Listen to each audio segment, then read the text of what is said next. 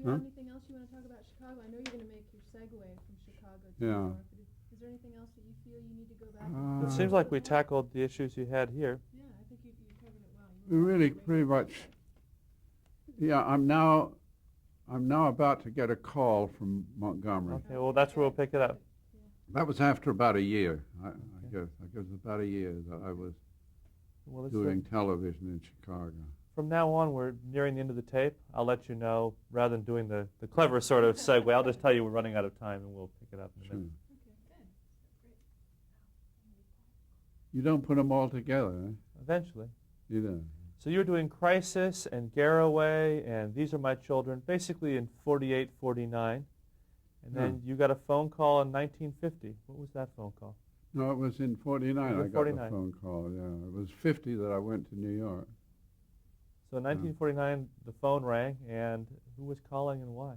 You're not ready yet, are you? Yes, Oh, are you? Oh, I'm sorry. that's all right. Would you repeat what you were Yes, saying? and you were doing some wonderful work in Chicago with Crisis and Garraway and These Are My Children. And in 1949, you got a call from New York. What was that call? Yes. It was Robert Montgomery. My secretary there, we call them script girls at that time. My script girl said, there's a Mr. Montgomery. I think he's the star. And I said, well, we'll find out, I guess. I took the phone, and he said that he was going to do a new series in New York for Lucky Strike cigarettes. It was to be an hour drama, live, and he had been interviewing directors, and he was not satisfied. But he had been watching television, and he had seen my name on Stud's Place.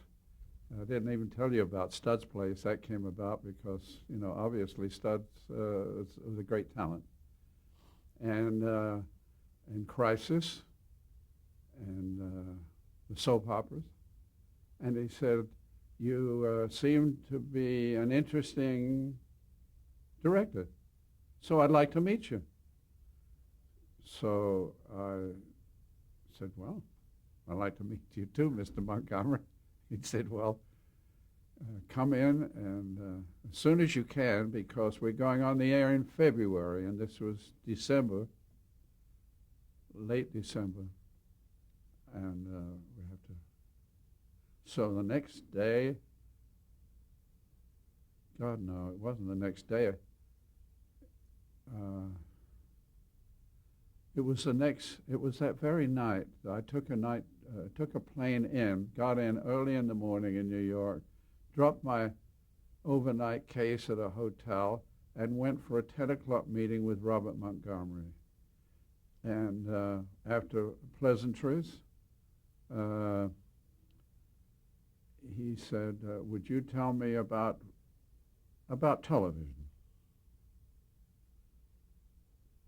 Now, it seemed that he had used that same thing with other directors in town. You get your philosophy yeah, of he directing. said, tell me about television. And then they told him how all the things, we have cameras and we do this and we have a studio and we arrange for this, for the actors and for the, he just told them like that, stuff like that.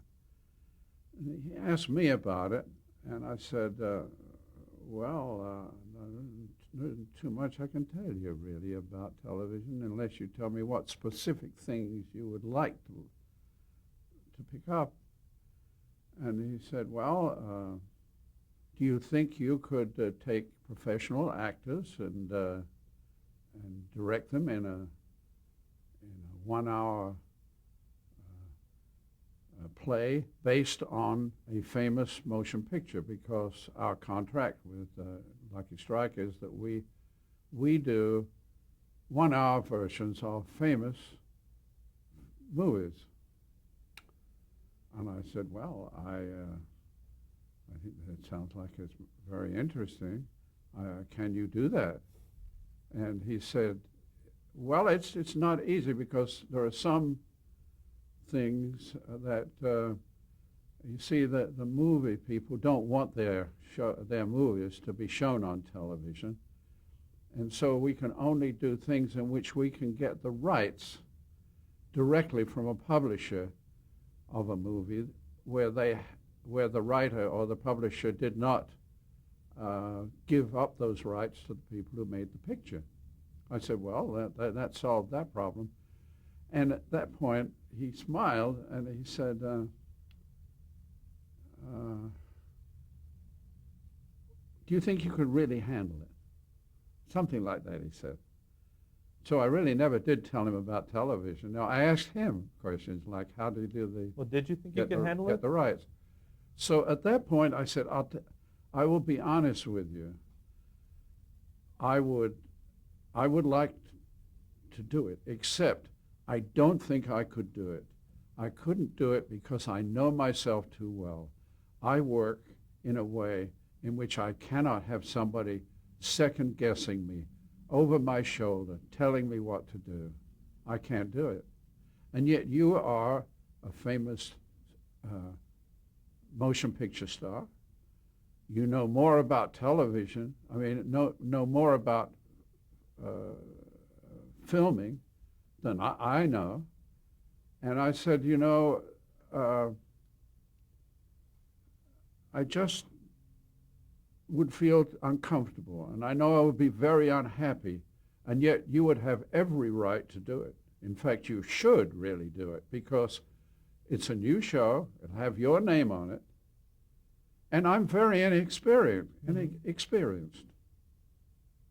what was his reaction? He said, well, last film I made, I wouldn't let the producer come on to the soundstage. So I said, well, now you have perhaps understand a little bit. So about 5 minutes later, I knew I had the job. I don't know what we talked about. Even though you made this stand that you couldn't have someone looking over your shoulder? shoulder? Yeah, he said, I don't think that'd be a problem. Was it a He problem? answered it by saying, I know what the problem's like because I've had that in the movies. And we went on he was telling me things that I found quickly that politically we were at two different ends. He was for the right and I was more middle politically. And they were starting those investigations that led to blacklists. But I listened to him, really. I asked him a question, he would give a pretty good answer. But as I say, after about 5 minutes, I felt sure that he wanted me. In fact, about that time, he said, now would you go up and see Pat Weaver and then see my partner, John Gibbs? And we'll work out a thing.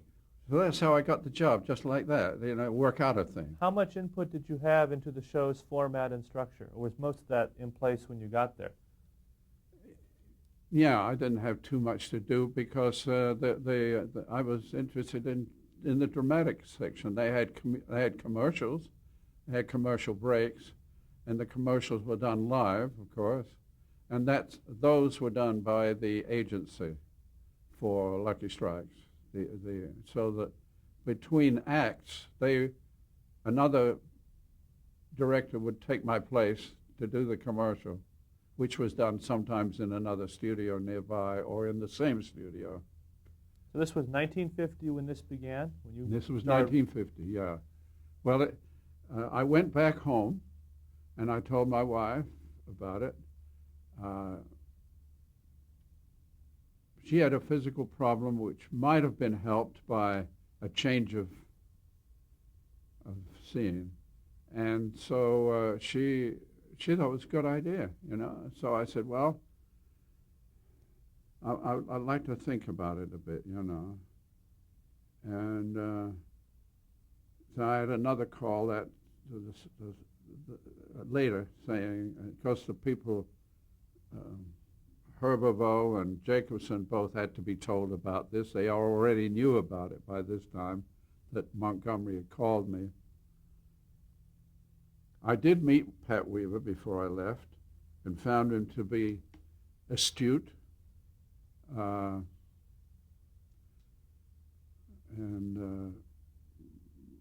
That was the main thing, I thought. He was direct, astute, and innovative person. He said, now, Bob is just, when I got up there, he was on the phone with Bob Montgomery. He said, he hung up, he said, that was Bob. He said, he wants you. And as far as we're concerned, he's got you.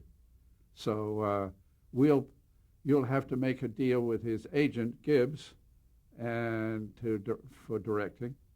But I will toss in to the pot that you can continue to get your salary that you're getting in Chicago now as executive producer for the Central Division, and then they should pay you something extra. So did Robert Montgomery live up to his end of the bargain? Did he leave you alone and not look over your shoulder? Yes, to a great extent, so much so that it was ridiculous, because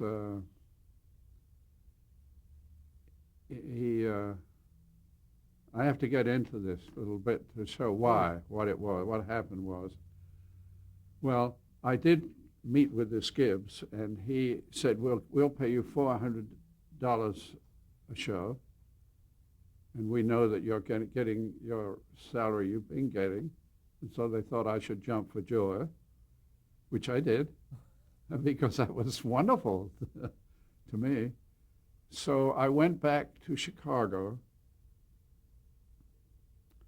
and I told them I would think about it.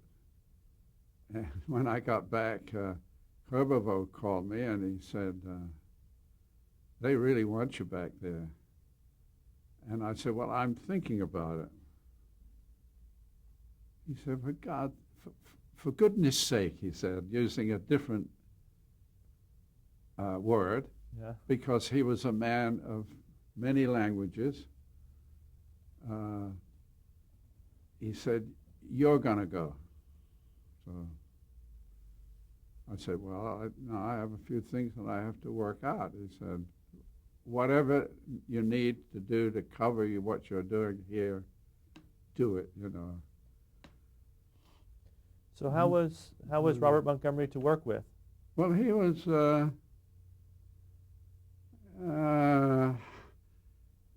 he had practically nothing to do with the show after the first 3-4 shows.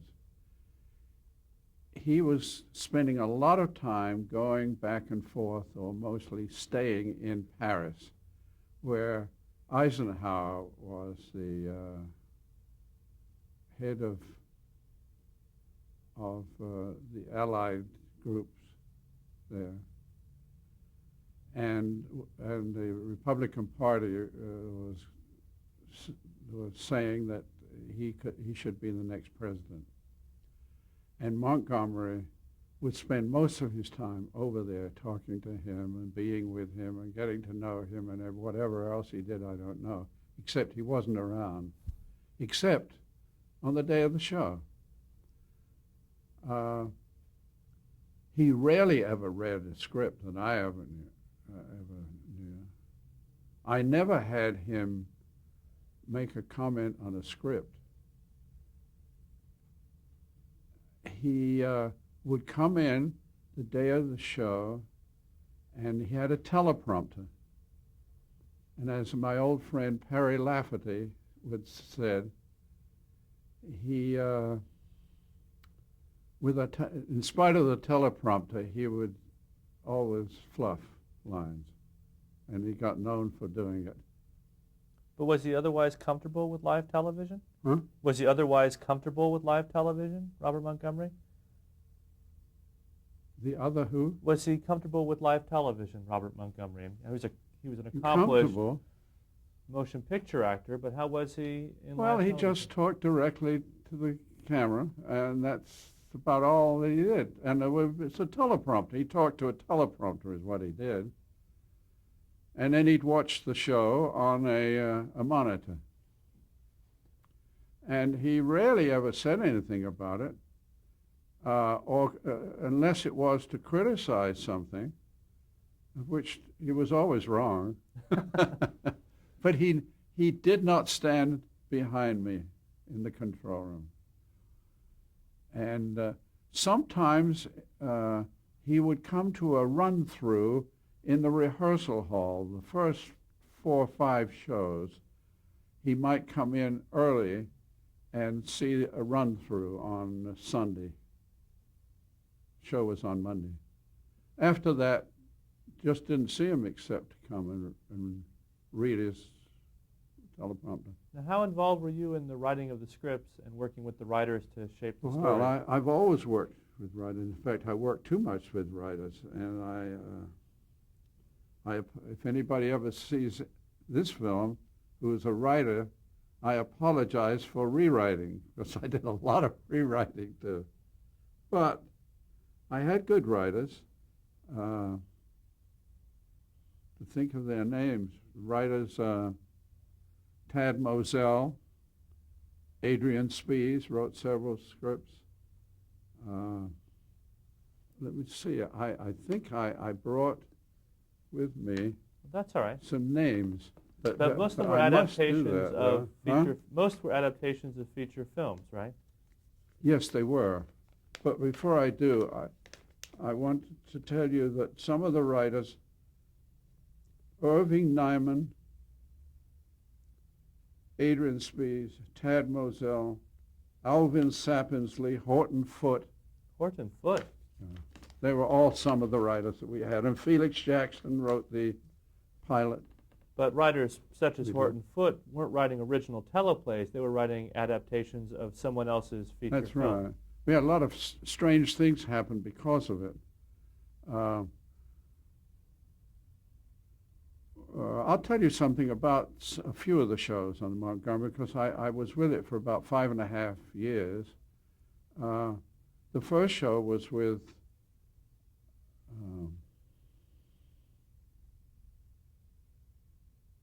that's terrible. I can't. That's all right. It's right there, but I can't say it. I can't remember the star. She was very good. Whoever you are, and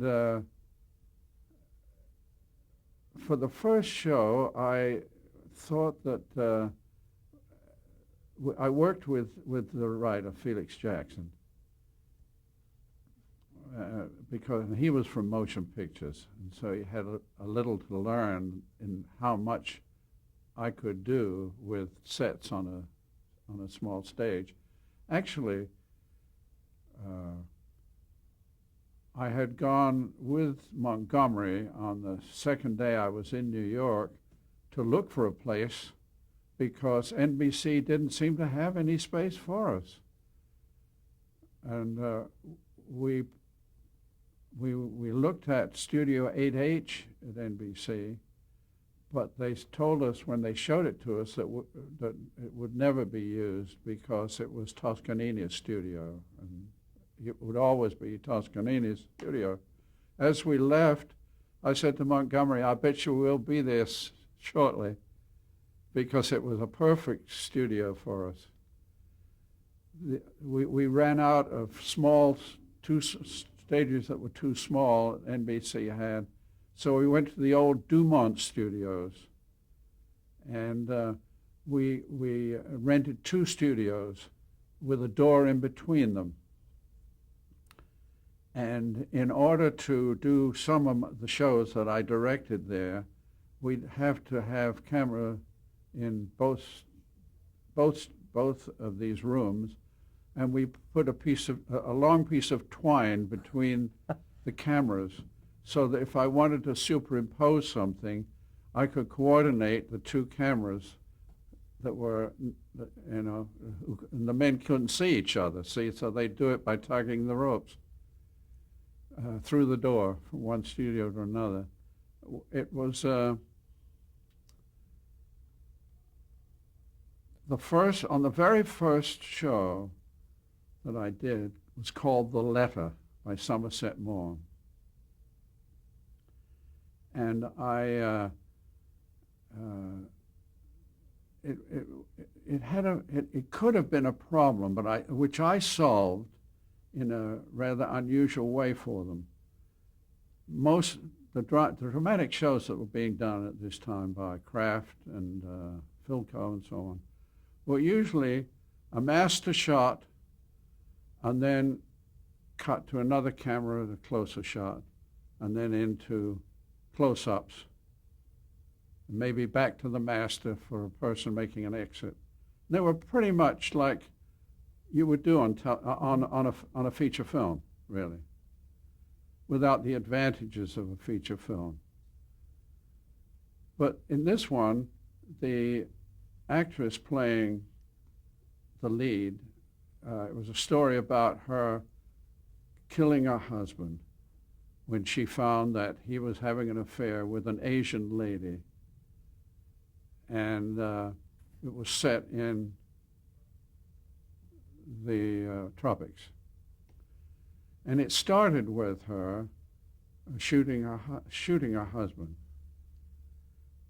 I decided that I had to combine that with 3 people in her life who had to hear her, had to be aware of what she did, and then hear her version of why she did it. But I wanted it to be continuous. So I talked to Sergula, who was the name of the art director, and I said, I want to take a camera and I wanted to make 360 swing around in it. That means that I'll have a set, a large set, but there will be a section where the camera will have to come from, that when the camera gets in to the middle of this surrounding set, you'll have to drop a piece of scenery down to cover the hole, and then quickly remove that so the camera can get out. Pretty risky for your first production. Wasn't it? As I tell you, I think it's amazing. I did this. And what happened was... Did you do it because you felt you had something to prove to Robert Montgomery or to the network? No, I thought I should do it something special here and not just straight on. So what happened? Well, I come up and she is talking to 3 people. And they're sitting on a sofa and a chair, and she is. And at one point she gets up and the camera goes with her, and you're in outside the house with tropical vegetation, and she has a gun and she fires it, and then the smoke, quite a bit of smoke came from the thing. I cut, how did I do that now? I brought her back into the room without a break, except she had been in a chair over the side, we'll say, and the men listening were across from her. When she got up, she passed those people who were listening, and I took her out and she shot her husband. And then I cut to them and then to her sitting in the chair where she had been starting to tell what happened. And it works, it just worked beautifully. Was the network impressed? Yeah, they were all impressed. So was Montgomery. He said, there was another thing I did that was even more daring in this show. I could not cast the Asian lady who was supposed to be very beautiful and very intelligent. And you had to figure that in order for a man to have left his wife, I almost got the name. She was a big star in films by Hitchcock.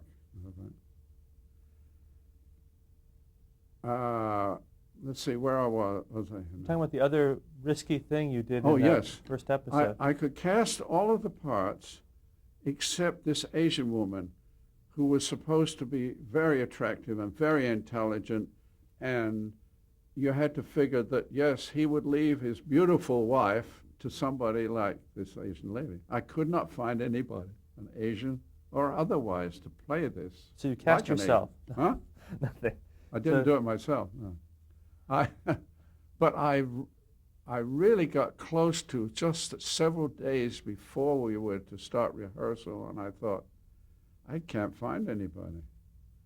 So I won't have anybody. There's only one scene that she's in, which was in a shop that she owned, the Asian lady. But the star is going to come and have a slight conversation with her. She's going to come in the shop, outside the shop, walk into the shop and see the Asian lady. And when she does, she will see the camera or just beyond the camera, as though the Asian lady is just the other side of the camera. And I will get somebody with just the right voice to stand back there and do the lines. And so that's what I did. And Montgomery was really nervous about that. So after that, did they give you carte blanche to do other innovative and experimental things? Nobody told a director in those days what to do. No. Nobody. But he was a little worried about that. But it came off beautifully. The show came off very well. There must be a kinescope of it somewhere. But Now there were times, though, where it didn't always go perfectly. I mean, weren't there some- no. But luckily on this first show, and the scene, I've got some notices I still have from that very first show, in which at least one critic said that beautiful, you could understand why the husband was Left his in love wife with for this such a- person who you never saw. The That's great. illusion was somehow, to some people, it worked. It worked. Now there were times it didn't. And wasn't there one experience where you had an actor who was very ill during an episode? Yes, indeed. Yes, I did. This Well, actually, we'll get back to that on the next tape.